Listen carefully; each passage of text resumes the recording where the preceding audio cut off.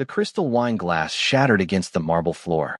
Rain hammered against the floor-to-ceiling windows of the penthouse, casting shadows that danced across the room like ghosts. Keisha's hands trembled around the mop handle as she pressed herself against the hallway wall, her heart thundering so loud she was certain they would hear it through the mahogany door. Just one night, please. The voice that commanded empires, that made grown men weep, that signed death warrants without hesitation, now broke like a child's whisper. Keisha held her breath. I'm begging you. Through the crack in the door, she saw him. Minjun, the man whose name alone could empty a room or fill a cemetery. On his knees. Before his wife. The woman didn't even turn around. She stood at the window, her silk robe reflecting the city lights, her champagne glass steady in her hand. Get up, she said, her voice colder than the rain outside. You're embarrassing yourself. I need an heir. Our families. Your family needs an heir. I married your power, not your bloodline. Keisha's stomach dropped. She should leave. She should run. But her feet wouldn't move. Minjun rose slowly, his jaw tight. What are you saying? His wife finally turned, and the smile on her face was poison. I'm saying your name dies with you, and there's nothing you can do about it. The maid's breath caught as the full weight of those words settled in the air like a death sentence. She had heard too much, and everything was about to change. Welcome to the channel. If you're new here, hit that subscribe button right now because what you're about to hear will leave you speechless. This is a story about power, betrayal, and a decision that broke every rule. Let's dive in. The next words from Minjun's wife cut deeper than any blade he'd ever wielded in the streets. I've been taking the pills for 3 years, she said, her voice casual, almost amused. Every single day? Did you really think I wanted to ruin this body for your legacy? Keisha's hand flew to her mouth. Minjun stood frozen, his broad shoulders rigid beneath his tailored suit. The man who never showed weakness, who never flinched, looked like he'd been shot. You what? Oh, don't look so shocked. You got your trophy wife. I got access to your empire. Fair trade, wouldn't you say? She took another sip of champagne. But a baby? That was never part of the deal. Our marriage contract means nothing if I simply can't conceive. How tragic. Her laugh was hollow. And in 2 more years, when I've secured my position in your organization, when half your men answer to me instead of you, I'll leave. With enough money to buy my own empire. You won't get away with this. Won't I? You can't touch me.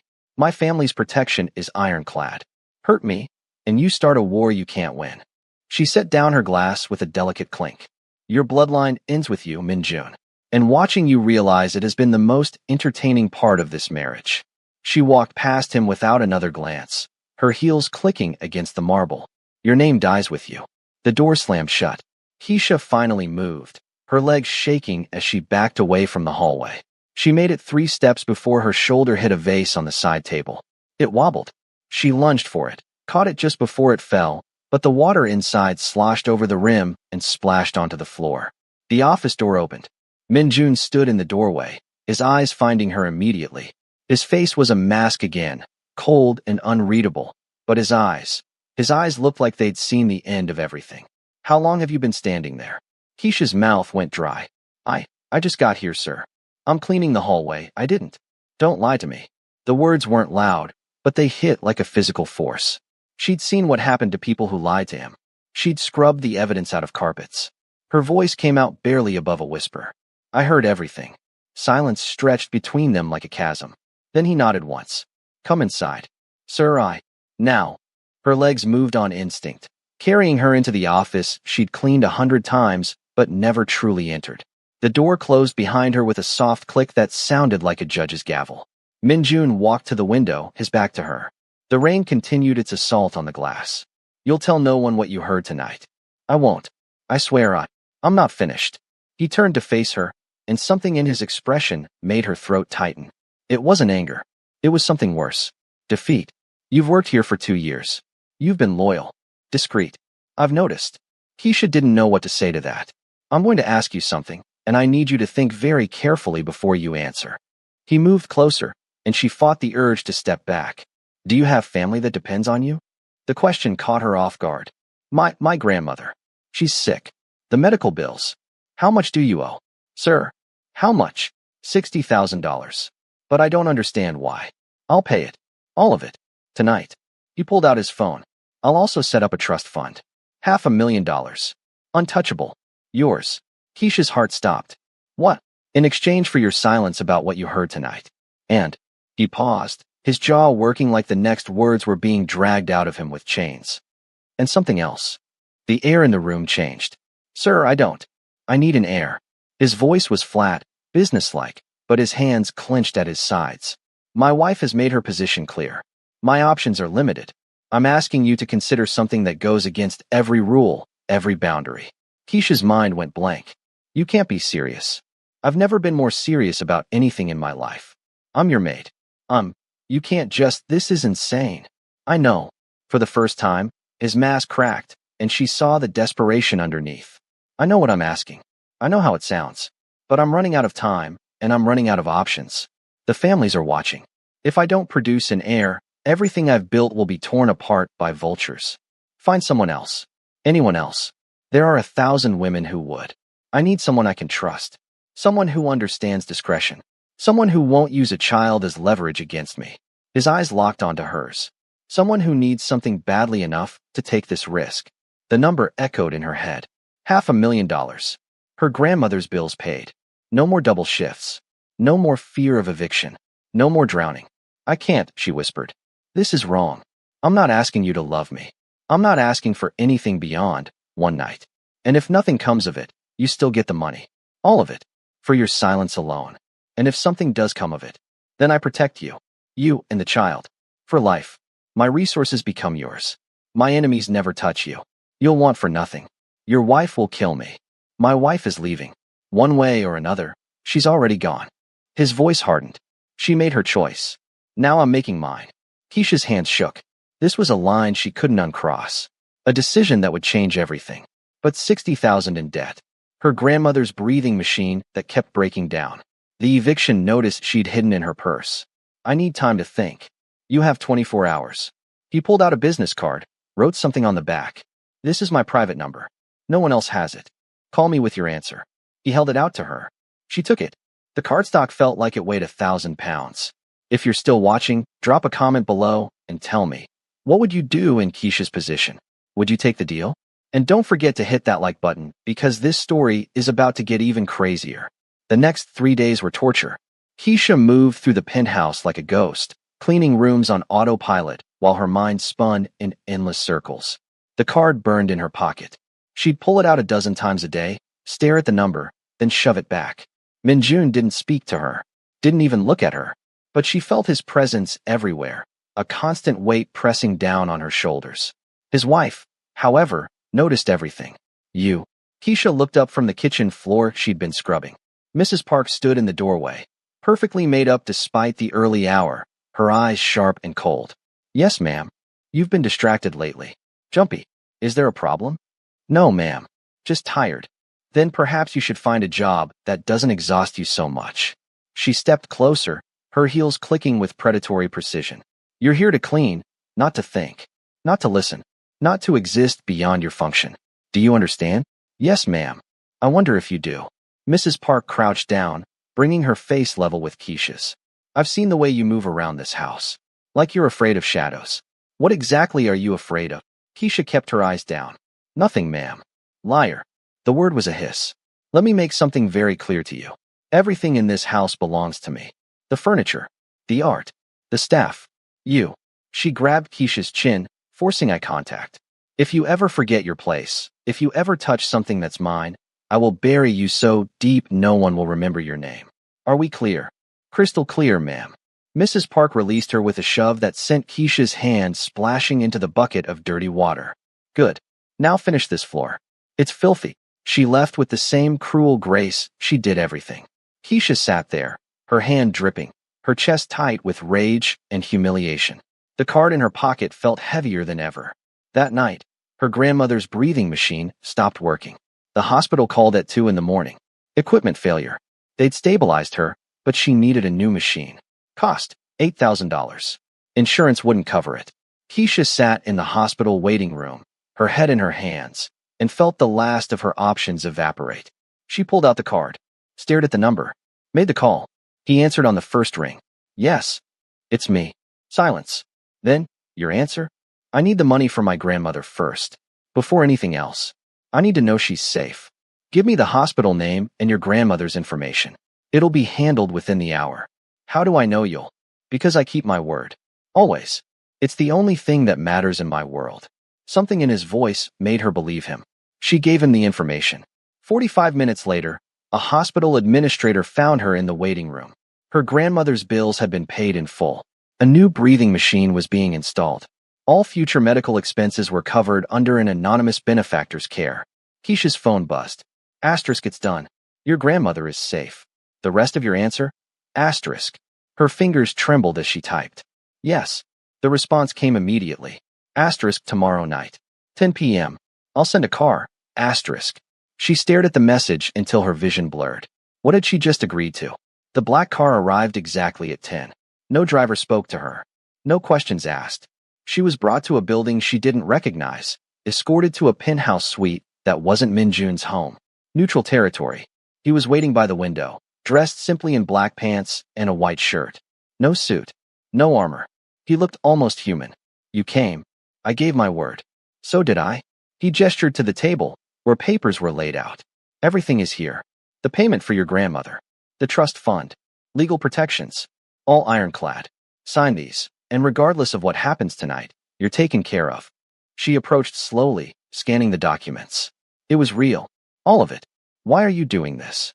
Because I need an heir more than I need pride. He picked up a pen, held it out to her. And because you deserve to know you're protected before anything else happens. She took the pen, signed her name. The scratching sound felt like sealing a pact with the devil himself. Minjun countersigned, then gathered the papers. These go to my lawyer tonight. By morning, everything is official. And now, he finally looked at her, really looked at her, and she saw something unexpected in his eyes. Not desire, not conquest, sadness. Now I ask you one more time if you're certain. Because after this, there's no going back. For either of us. Keisha thought of her grandmother's smile, of the eviction notice she could burn, of every humiliation Mrs. Park had put her through. I'm certain. He nodded slowly. Then stay. Or go. The choice is yours. But know that I'm grateful, regardless of what you choose. She didn't leave. What happened next remained between them, unspoken, and when dawn broke through the windows, everything had changed.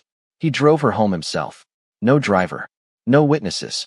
Take a week off, he said as she got out of the car. Paid. Rest. When you come back, nothing changes in how we interact. This never happened.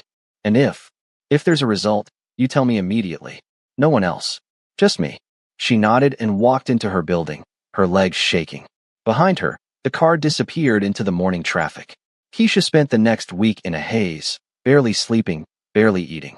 She visited her grandmother, who looked better than she had in years, and felt the guilt crash over her in waves. What had she done? But when her grandmother took her hand and said, "Something good happened to you, baby. I can see it in your eyes." Keisha almost broke down. Just got a bonus at work, Grandma. Well, you deserve it. You work so hard. If only she knew the truth. When Keisha returned to work, the atmosphere had shifted. Minjun barely acknowledged her. Just a brief nod when they passed in the hallway. Professional. Distant.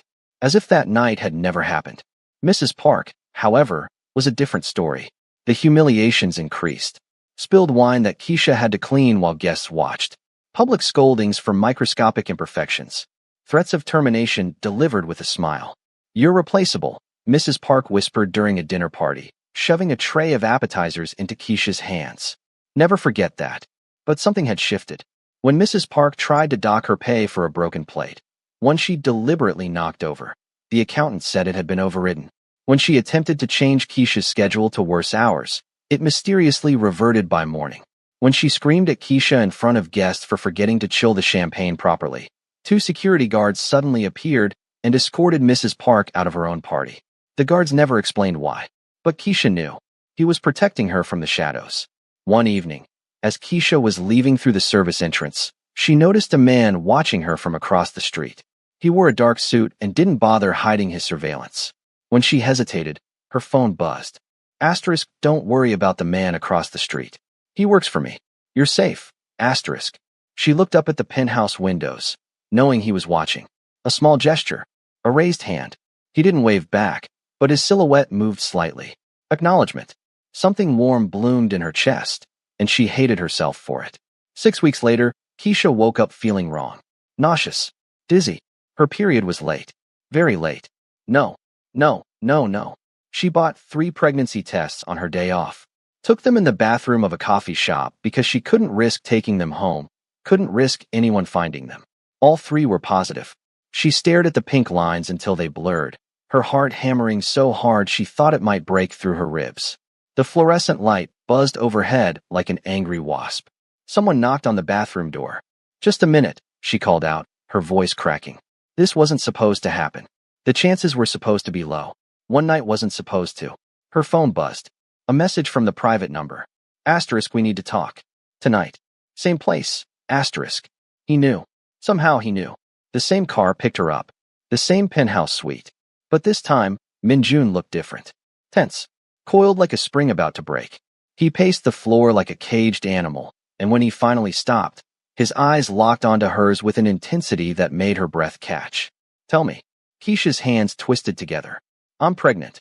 The words hung in the air like a grenade.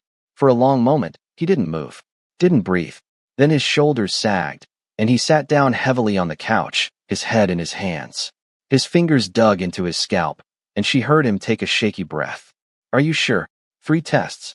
All positive. I'm going to the doctor tomorrow to confirm, but... And how do you feel?" Terrified. Her voice cracked. "I don't know what to do. I don't know how to. This wasn't supposed to be real. It was supposed to be a transaction. Money for silence. That's it. And now there's a life, and I don't know. I know." He looked up at her, and the expression on his face was complicated beyond words. Relief, fear, wonder, guilt, all of it swirling in his dark eyes. "I know this isn't what you wanted. What I wanted doesn't matter anymore. It matters to me." He stood, moved closer. "Listen to me carefully. From this moment on, you are under my protection. Completely. My personal security team will be assigned to you. You'll move out of your apartment into a safe house. Everything you need will be provided. Your wife will never touch you. I swear it. She'll figure it out. Eventually. She's not stupid. Let her." His voice turned to ice. "She made her choice. She wanted to watch my bloodline die. Instead, she's going to watch it continue. Through you." Keisha's hands moved to her stomach instinctively. There was nothing to feel yet, but somehow the gesture felt right. What if I can't do this? What if I'm not strong enough? I'm nobody. I clean toilets and scrub floors. I don't know how to raise a child in your world. You're stronger than you know." He placed an envelope in her hands. "Inside is everything you need. New apartment information, security details, medical care, and a phone, private line. You call me anytime, day or night, for anything." She opened the envelope with shaking hands. Inside was a key, a new phone, and a bank statement. The number made her knees weak. $1 million. This is too much. It's not enough. He moved to the window, his back to her. The city lights cast his profile in sharp relief. "You're carrying my heir. My legacy. There is no amount of money that reflects what that means. I'm scared. Good. Fear will keep you alert. Careful." He turned back to her. "But you're not alone in this. Not anymore." Something in his voice made her chest tighten. This wasn't just about an heir anymore. Something had shifted. For both of them. "Minjun, you should start calling me by my name. In private, at least. That feels too personal. We're having a child together. I think we've crossed the personal threshold." The absurdity of it hit her, and she laughed. A broken, slightly hysterical sound. "This is insane. All of it. 2 months ago, I was worried about making rent. Now I'm pregnant with a mafia boss's baby, and there's $1 million in my bank account. Life changes fast in my world. Too fast." He moved closer, and before she could stop herself, she leaned into him. His arms came around her, careful and gentle, and for a moment she let herself feel safe. "We'll figure this out," he murmured into her hair. Together. The next months were strange. Keisha moved into a luxury apartment in a building with security that rivaled Fort Knox. Guards watched her floor. A personal doctor made house calls twice a week. Everything she needed appeared before she even knew she needed it. Groceries, prenatal vitamins, books about pregnancy, a rocking chair that looked like it cost more than her old car. And Minjun. He visited. Not often, too risky, but regularly. Checking on her. Bringing food because he'd noticed she wasn't eating enough. Making sure she had everything. He never touched her again. Never crossed that line. But he'd sit in her living room, and they'd talk. About everything. About nothing. She learned he loved old movies, especially film noir. That he'd wanted to be an architect before his father died and the family business consumed him. That he'd never wanted this life. But once you were in, there was no getting out. He learned she'd been a pre-med student before her parents died in a car accident and the debt became unbearable. That she wrote poetry in secret, filling notebooks with words she'd never show anyone. That she'd never stop dreaming of a different life. Slowly, impossibly, something grew between them that neither had planned for. Something real. Something dangerous. At 5 months, her belly started to show. She stopped going to the penthouse entirely. Too risky. Minjun arranged for her resignation with a generous severance package that wouldn't raise suspicions. Mrs. Park didn't even notice she was gone. She'd already hired a new maid to humiliate. But at 6 months, everything fell apart. Minjun arrived at her apartment unannounced one evening, his face grim. Blood on his shirt cuff. A cut above his eyebrow that looked fresh. We have a problem. Keisha struggled to stand from the couch, her hand on her swollen belly. The baby kicked, as if sensing the tension. What happened? Are you hurt? It's nothing, but we need to talk. He moved to the window, checked the street below. My wife knows. The world tilted. How? One of my men. She got to him. Paid him more than I was paying him to keep silent. Minjun's jaw was tight, with barely controlled rage. She's known for weeks. She's been planning something. What kind of something? The kind that ends with you and the baby disappearing. Ice flooded Keisha's veins. She wouldn't. She would. She will. He grabbed her shoulders gently, his eyes desperate. She's already tried once. That's why I'm bleeding. They ambushed me on my way here. 3 men. Professional. If I'd been anyone else, I'd be dead. Oh my God. Pack a bag. Now. Just essentials. We're leaving. Where? Somewhere she can't reach you. I have a safe house upstate. Remote. Off the grid. Minjun. Now, Keisha. We don't have time. She'd never heard her name from his lips with such urgency. It sounded like a prayer and a curse all at once. She packed, throwing clothes and toiletries into a bag with shaking hands. The baby kicked again, harder this time, and she whispered, I know, baby. I know. Mama's scared too.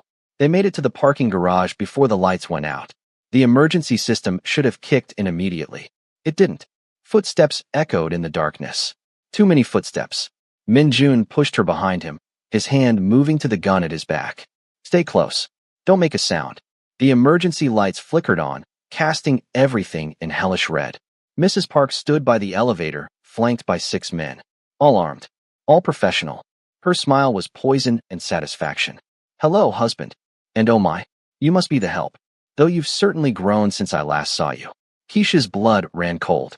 This doesn't concern you anymore, Minjun said, his voice deadly calm.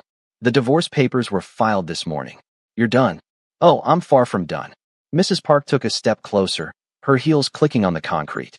Did you really think I'd let you humiliate me like this? Let you replace me with that? A maid carrying your bastard. Careful. Or what? You'll kill me? Start a war with my family. She laughed, and the sound echoed off the walls. You're trapped, Minjun. You always have been. The great Mafia boss, brought low by his own desperate need for an heir. It's almost poetic. Walk away. Now. While you still can. I don't think so. She nodded to her men. Kill him. Take the girl. The baby is leverage. We'll use it to control what's left of his empire. You're making a mistake. The only mistake I made was not doing this sooner. One of her men raised a gun. Everything happened at once. Minjun moved faster than Keisha thought possible, putting himself between her and the weapon. His own gun came up, and the crack of gunfire echoed through the garage like thunder. The man dropped, a red bloom spreading across his chest. The other 5 drew their weapons. Get behind the car, Minjun barked. Now, Keisha dove behind a Mercedes as bullets sparked off concrete. She pressed herself against the cold floor, her hands over her belly, and prayed to every god she could think of. The baby kicked frantically, and she whispered, Please, please, please. More gunfire. Shouting. The screech of tires. Then silence. Terrible, deafening silence. Keisha. She looked up. Minjun stood over her, breathing hard, a cut on his cheek bleeding freely. Behind him, Mrs. Park's men were either down or fleeing. Blood pooled on the concrete. Mrs. Park herself was gone. Are you hurt? Keisha shook her head, tears streaming down her face. The baby. We're getting you to a hospital. Right now. He helped her up, and they ran. His car was riddled with bullet holes, but still functional. They drove through red lights, Minjun on the phone barking orders in Korean, while Keisha held her belly and prayed the baby was okay. The hospital confirmed what Keisha already knew in her bones. The baby was fine. Strong heartbeat. Active. Apparently unfazed by the chaos. She sat in the private room Minjun had secured, her hands on her belly, feeling the small kicks that reminded her everything was real, that they'd survived. Minjun paced like a caged animal, his phone pressed to his ear, barking orders in Korean. She caught words here and there. Find her. Lock it down.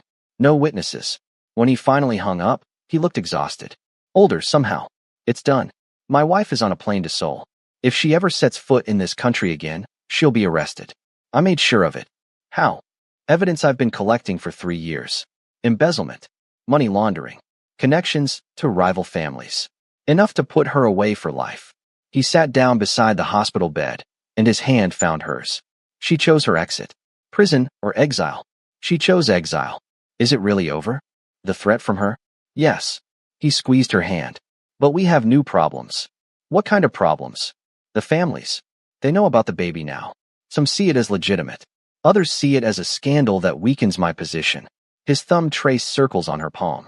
There will be challenges. Threats. People who want to use you or the child as leverage.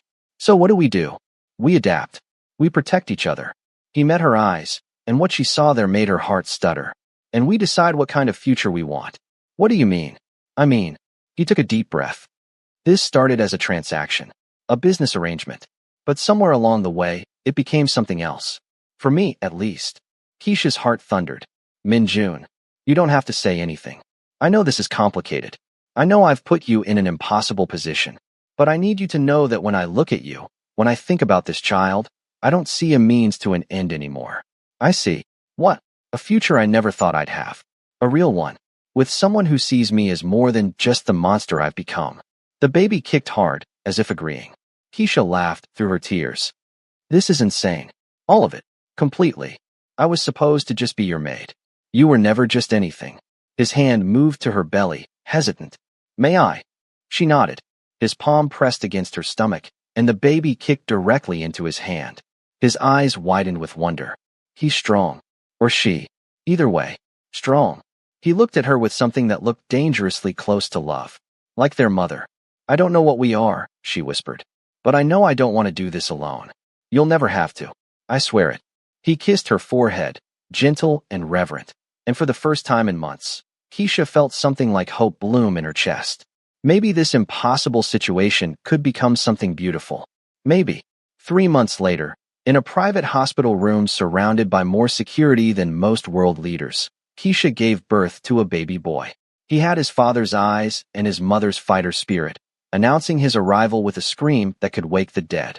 The nurses laughed, said they'd never heard lungs so strong on a newborn. Minjun held his son with shaking hands, tears streaming down his face, and Keisha saw the moment his entire world realigned around this tiny, perfect life. What do we name him? She asked, exhausted but elated. Something strong. Something that means new beginning. How about James? For my father. James Park. Minjun tested the name, then smiled. The first real smile she'd ever seen from him. Perfect. He handed the baby back to her, and as she held her son, Keisha realized her entire life had led to this moment. Every struggle, every humiliation, every impossible choice, all of it had brought her here. To this child, to this man, to this impossible, dangerous, beautiful future.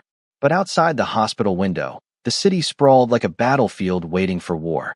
And in the shadows, enemies waited. Because a Mafia heir had been born, and everyone wanted a piece of him. Minjun's phone buzzed. He checked it, and his expression darkened immediately. What is it? Keisha asked, holding James closer. A message. From the Council of Families. What do they want? To meet James. To verify his legitimacy. To decide if they'll accept him as my heir. He looked at her, and she saw the fear he tried to hide. And to decide if they'll accept you as part of this world. When? 3 months. They're giving us 3 months to prepare. And if they don't accept us? Then we fight. For him. For us. For everything. He moved to sit beside her on the hospital bed, his arm around her shoulders. But I won't let anyone hurt either of you. I'd burn this entire city down first. Keisha looked down at her son, sleeping peacefully in her arms, unaware of the storm gathering around him.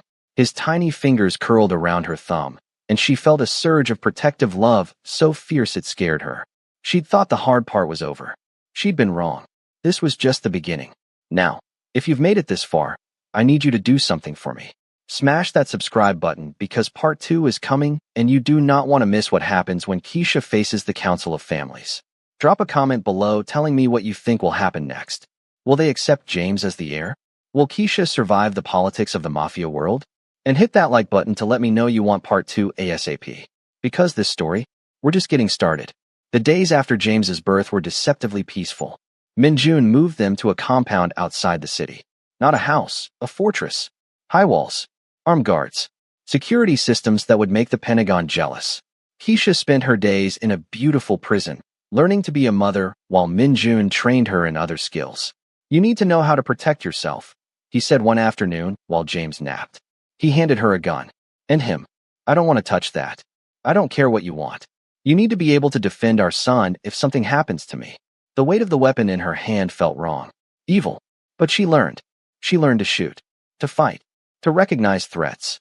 To trust no one outside their small circle. She learned the politics of the families. Who hated whom. Which alliances were real and which were theater. Where the real power lay. And she learned that being Min-jun's woman made her a target. The first threat came in the form of a bouquet of flowers. Beautiful black roses, delivered to the gate with no card. The guards caught the poison coating the thorns before Keisha could touch them. The second threat was a nanny who applied for a job. Background check revealed she worked for a rival family. The third was a doctor who offered to do James's checkup. Min-jun's people found a syringe in his bag. Each threat escalated. Each one brought them closer to the inevitable confrontation. They're testing us, Min-jun said one night as they watched James sleep. Seeing if we're strong enough to protect him. Are we? We have to be. Outside the hospital, a black car idled in the parking lot. Inside, a figure watched through binoculars as Min-jun held his son for the first time. A phone call was made. The child has been born. A boy. Healthy. Strong. On the other end of the line, someone laughed. Cold and calculating. Perfect. Let them think they're safe. Let them bond. Let them believe they've won. And then we take everything. The child. The empire. All of it. The call ended. The car drove away. And in that hospital room, holding his son and the woman who'd given him everything, Min-jun felt the weight of the future pressing down like a blade to his throat. Promise me something, Keisha whispered. Anything. Promise me that no matter what happens, we protect him. Above everything else. Even if it means sacrificing everything we've built. I promise. He wrapped his arms around both of them. No matter what it costs. But promises, in their world, were written in blood. And blood always demanded payment. 2 months passed in tense preparation. Min-jun brought in tutors to teach Keisha the language of his world. Not just Korean, though she learned that too, but the coded language of respect and power. How to bow. When to speak. When silence said more than words ever could. She hated every minute of it. But she did it for James. The day before the council meeting, Min-jun found her in the nursery, holding their sleeping son. Are you ready? No, but I'll do it anyway. He moved behind her, his hands on her shoulders. They're going to try to intimidate you. To make you feel small. Unworthy. I am unworthy. By their standards. Their standards are garbage. You're the mother of my son. That makes you more powerful than half the people in that room. Will they see it that way? Some will. Others. He trailed off. Others will want to use it against us. What do I do if they reject us? Then we leave. All of us. We disappear.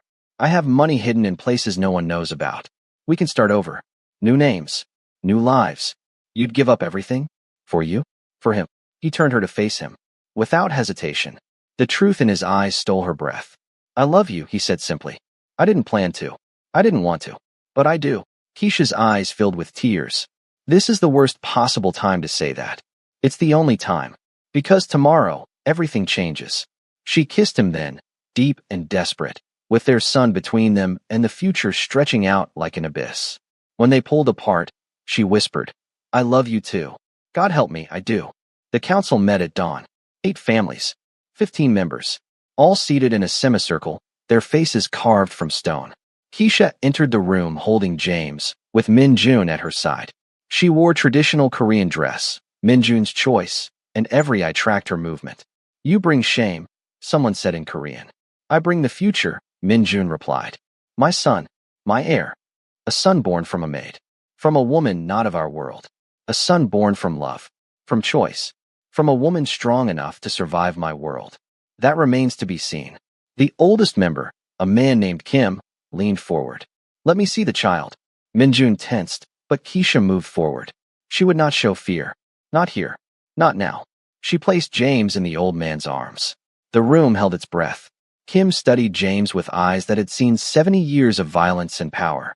The baby stared back, unflinching, and then smiled. Kim's expression softened. He has his father's eyes, and his mother's courage.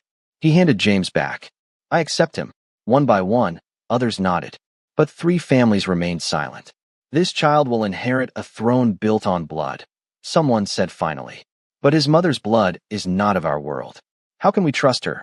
Keisha spoke for the first time, her voice clear. You can't. Trust is earned, not given. But I will spend every day earning it. For my son. Pretty words. True words. She met their gazes without flinching. I didn't ask for this life. But I will fight for it. For him. Anyone who threatens my son will learn exactly how fierce a mother's love can be. Silence. Then Kim laughed. She is fire. I like her. The tension broke. Not everyone was convinced. But enough were. For now. As they left the building, Minjun squeezed her hand. You were magnificent. I was terrified. That's what made it magnificent. But as they drove away, Keisha saw a figure in the crowd. Watching. Not one of the families. Someone else. Someone dangerous. And she knew, deep in her bones, that the real battle hadn't even started yet. Back at the compound, as she put James to bed, her phone buzzed. An unknown number. Asterisk, you did well today. But the council is not your real enemy. Watch your back. A friend. Asterisk. She showed Minjun. His face went pale. What does it mean? It means someone is coming. Someone worse than my wife. Worse than the families. Who? He looked at her with fear in his eyes for the first time. The ghost. The one who really runs this city. And if he's interested in James. He didn't finish. He didn't have to. This child would inherit a throne built on blood. The question was, would he survive long enough to claim it? Or would the same world that created him consume him whole? Keisha looked down at her sleeping son and whispered a promise into the darkness. I will protect you, no matter what it takes, even if it destroys me. Outside, shadows moved. And in those shadows, the ghost watched. Waiting. Planning. The game had just begun. Comment Part 2 below if you want to see what happens when Keisha faces the ghost. Hit subscribe because you do not want to miss the war that's coming. And smash that like button to let me know you're ready for the most intense chapter yet.